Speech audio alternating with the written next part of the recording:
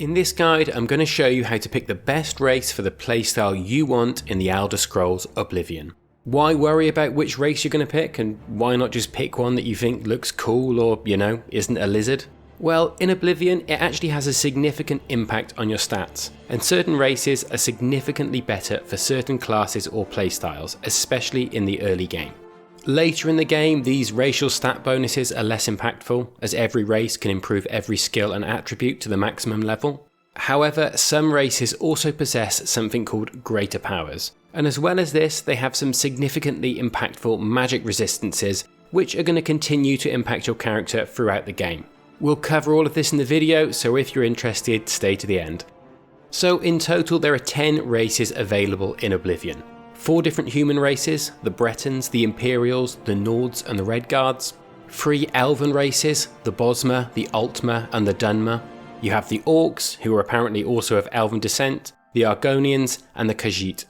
Now, rather than just listing the attributes and skill bonuses for each race in order and potentially boring you to death, I'm going to focus on which races are best for which role.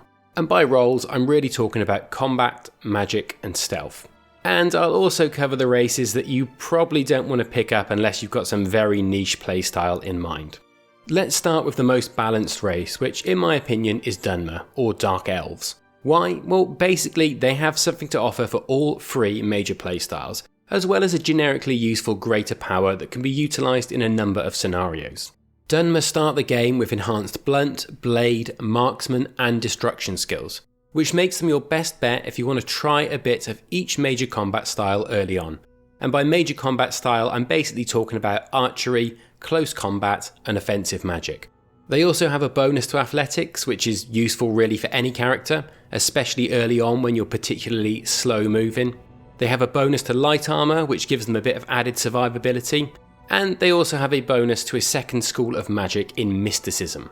This offers a bit of further survivability in the form of absorb spells, as well as various other utilities. In terms of their starting attributes, Dunmer get a bonus to speed, which, much like athletics, is a useful skill for any character. However, it is worth noting that male Dunmer get reduced willpower and personality, whereas females get reduced willpower and endurance. Endurance impacts how quickly you fatigue, so in this regard, Dunmer males are actually the strongest starting choice. Again, it doesn't make much difference in the long run. I'd still play what you think looks best or suits you. It is an RPG after all. Most races start Oblivion with some sort of resistance, and in the case of the Dunmer, this is a 75% resistance to fire, which, considering all the fire damage dealt with in Oblivion Gates, makes it a really good bonus for the main story quest in particular. It's also great if you want to play as a vampire, as one of the downsides of vampirism is actually a weakness to fire. On top of enhancements to skills, attributes and resistances, some races also have greater powers or additional racial benefits available to them. The Dunmer have a greater power called Ancestor Guardian, which is the ability to summon basically a ghost to fight alongside you for 60 seconds. Now this can be really handy in a number of scenarios, including as a distraction while you escape, or just to give you that extra bit of damage to take down a more challenging enemy. It's worth noting that the Ancestor Guardian actually scales with the player level, so it maintains its usefulness throughout the game. Overall, the Dunmer or Dark Elves feel like a really solid all-rounder, and you can't go too far wrong picking this race. Moving on to some more focused builds, and starting with the Warrior playstyle. One race that absolutely excels for Warrior builds is the Redguards. They have a bonus to blade, blunt and both light and heavy armour, making them ideally suited to getting up close and personal with your enemies. Redguards also receive a bonus to athletics, and again this is just generically useful for running around in the early game, and particularly so if you're using heavy armour. They also have a 75% resistance to both disease and poison, making them even more durable in certain encounters. Now male Redguards start with a plus 10 bonus to strength and endurance, but also a minus 10 to intelligence, willpower and personality. Whereas females only get the plus 10 bonus to endurance, but in return they receive a minus 10 to intelligence and willpower, but not to personality. This realistically makes the males more powerful, as strength is a much more important characteristic early on for the sort of combat style we're talking about. In terms of their greater power, the Redguards have Adrenaline Rush, which turns them into absolute monsters for 60 seconds. It fortifies their strength, endurance, agility and speed by 50 points, as well as increasing their health by 25 points. This power can only be used once a day, which is the case for all greater powers, but it can be really helpful when you need it. All in all, it's hard to find a better warrior than a Redguard. That being said, orcs certainly give Redguards a run for their money. They have enhanced starting skills in blunt weapons, heavy armour and blocking, as well as armourer and hand-to-hand. This combined with their +10 and +5 strength attributes at the start of the game, and a 25% resist to all magic makes them consistently tanky in all scenarios. Additionally, orcs receive a +10 or +5 increase to their willpower attribute, depending on whether they're male or female, with the male being the one that gets the +10. The trade-off here is that the male receives minus points in intelligence, speed, personality, and agility, whereas females don't get the negative points in intelligence. I'm just going to put all of this up on the screen for each class so it makes it easier for you to follow. You can pause if you need to. In terms of their greater power, orcs possess the Berserk ability, which gives a 60-second boost to fatigue, health, and stamina, which is really going to help you through those especially tough encounters. You get 200 fatigue points to help you keep swinging and blocking for longer, 50 points in strength which are going to increase your damage, and 20 points in health to give you that extra bit of survivability. As with all greater powers, it can only be used once a day, and there is actually a downside in that your agility is drained by 100 points whilst you're using it, which increases the likelihood that you might get staggered by the enemy. Overall though, orcs are an exceptional choice for warrior playstyles. Moving on to magic builds, and once again you have two contenders for the top spot. Let's start with the Altmer, or High Elves. The Altmer gain a starting bonus to 5 different schools of magic: Alteration, Destruction, Mysticism, Illusion, and Conjuration, as well as a bonus to Alchemy. They also start with a +10 bonus to their Intelligence attribute, and all of this combined makes them very powerful magic users from the very beginning of the game. In terms of negative attributes, males receive minus points in Strength and Speed, whereas females receive minus points in Strength and Endurance. On top of the base skills and attributes, the Altmer also possess a very powerful inbuilt Fortify Magicka effect. This gives them a 100 point to their Magicka, allowing them to cast a greater number of spells before running out of Magicka. In terms of resistances, they have a 75% resist to poison, giving them added survivability in certain scenarios. However, they are overall one of the more delicate races, and this is due to the fact that they're the only race to actually have a weakness to certain types of magic. Specifically, they have a 25% weakness to fire, frost, and shock damage. Altmer sadly don't have a greater power, which I'm sure is a source of great embarrassment for them. But yeah, overall they're a very strong choice for a magic build and potentially the best in the game. Though they do have a competitor with the Bretons, and especially if you're thinking about defensive magic builds. Bretons start the game with enhanced skills in Mysticism, Restoration, Conjuration, Alteration, and Illusion. So while the absence of destruction means they're not as powerful offensively in the early game as Altmer mages, they have a solid grounding in most schools of magic. And again, much like the Altmer, they actually receive a bonus to Alchemy as well. When it comes to starting attributes, they receive a +10 boost to Intelligence and Willpower. On the negative side, males start with a minus in Agility, Speed and Endurance, and females in a minus to Agility, Strength and Endurance. The Bretons also receive the Fortify Magicka buff that we talked about with the Altmer, though it's not quite as powerful as the Altmer version, and this one only offers +50 Magicka. However, it's still incredibly useful for a magic-focused character. The Bretons and the Altmer really start to deviate when it comes to their defensive abilities. Bretons actually receive a whopping 50% overall magic resistance, making them incredibly tanky against enemy spellcasters. On top of this, they actually do get a greater power called Dragon Skin, and Dragon Skin offers significant protection against physical damage for 60 seconds. Again, it can only be used once a day, but it can really get you out of some pretty tricky situations. Overall, I feel like this makes Bretons more diverse than the Altmer. Technically, the Altmer are better for pure output because they have that bigger Magicka pool, so you take the decision based on whether you want a more defensive playstyle or not. Moving on to stealth builds, which are in my mind a little less clear-cut than combat and magic builds, which are really heavily influenced by the resistances and greater powers available that are going to offer significant longer-term benefits.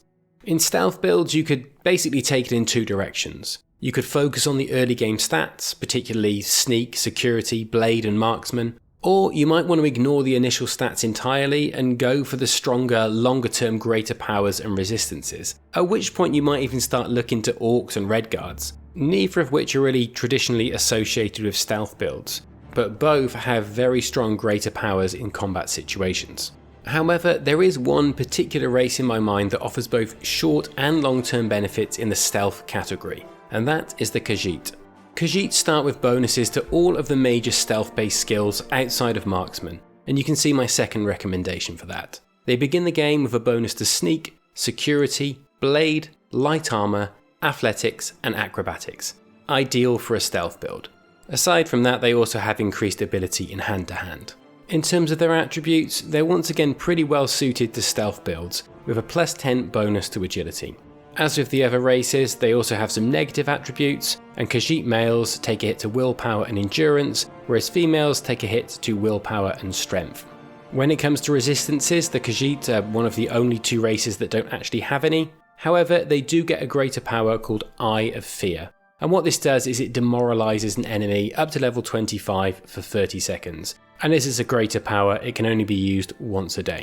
Probably more interestingly, they also possess a lesser power called Eye of Night that allows them to see in the dark for 30 seconds, and this one comes in pretty handy when you're sneaking around at night as either a thief or an assassin, and it's not limited to once per day because it's not a greater power.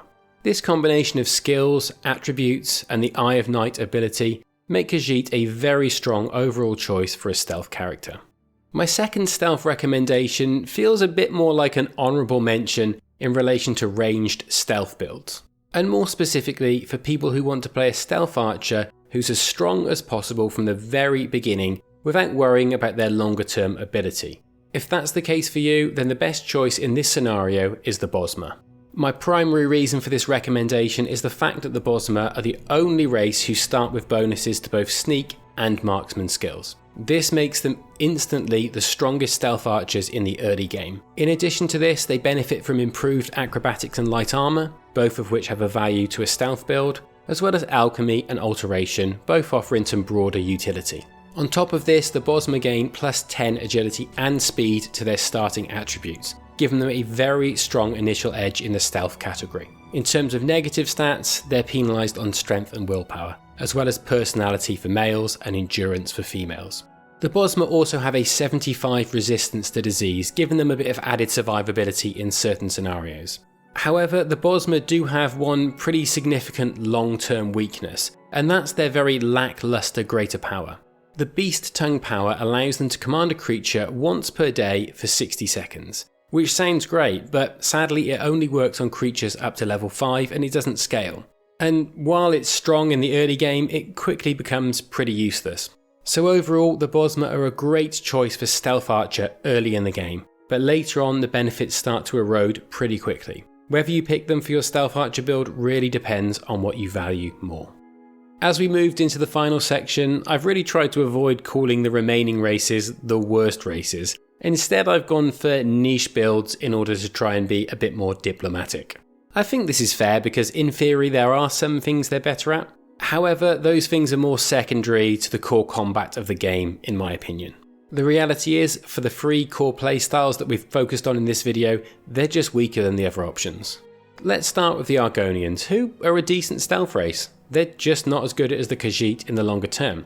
They start with a bonus to athletics, security and blade, all of which are valuable stealth skills. And they also offer some diversity due to the additional bonuses that they get in alchemy, hand-to-hand, illusion and mysticism. Male Argonian starting attributes also lean towards stealth with plus 10 to both agility and speed, though females less so as they only actually gain a plus 10 boost to intelligence. On the negative side, males have a reduction in endurance, personality and willpower, and females have a reduction in endurance and personality only.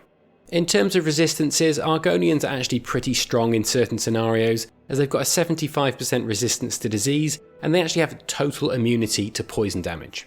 Sadly, Argonians are another race who don't possess a greater power, though they can breathe underwater as a small consolation, but to be honest that doesn't have a huge impact on gameplay, especially compared to some of the other powers available. Like I said, there's nothing really wrong with Argonians, unless you don't like lizards for some reason, but there are just better choices in all categories. It's a similar story for the Nords. They're perfectly decent warriors, they're just not as strong as the Redguards or the Orcs. They start with solid warrior-based skills enhancements including blade, blunt, heavy armour and block, as well as some added survivability from increased skills in restoration and some bonus utility from Armourer. They also benefit from a strong initial attribute boost in the form of a +10 boost to strength and endurance for males and +10 strength for females. Negative attributes are in intelligence, personality and willpower for males, and intelligence and personality for females.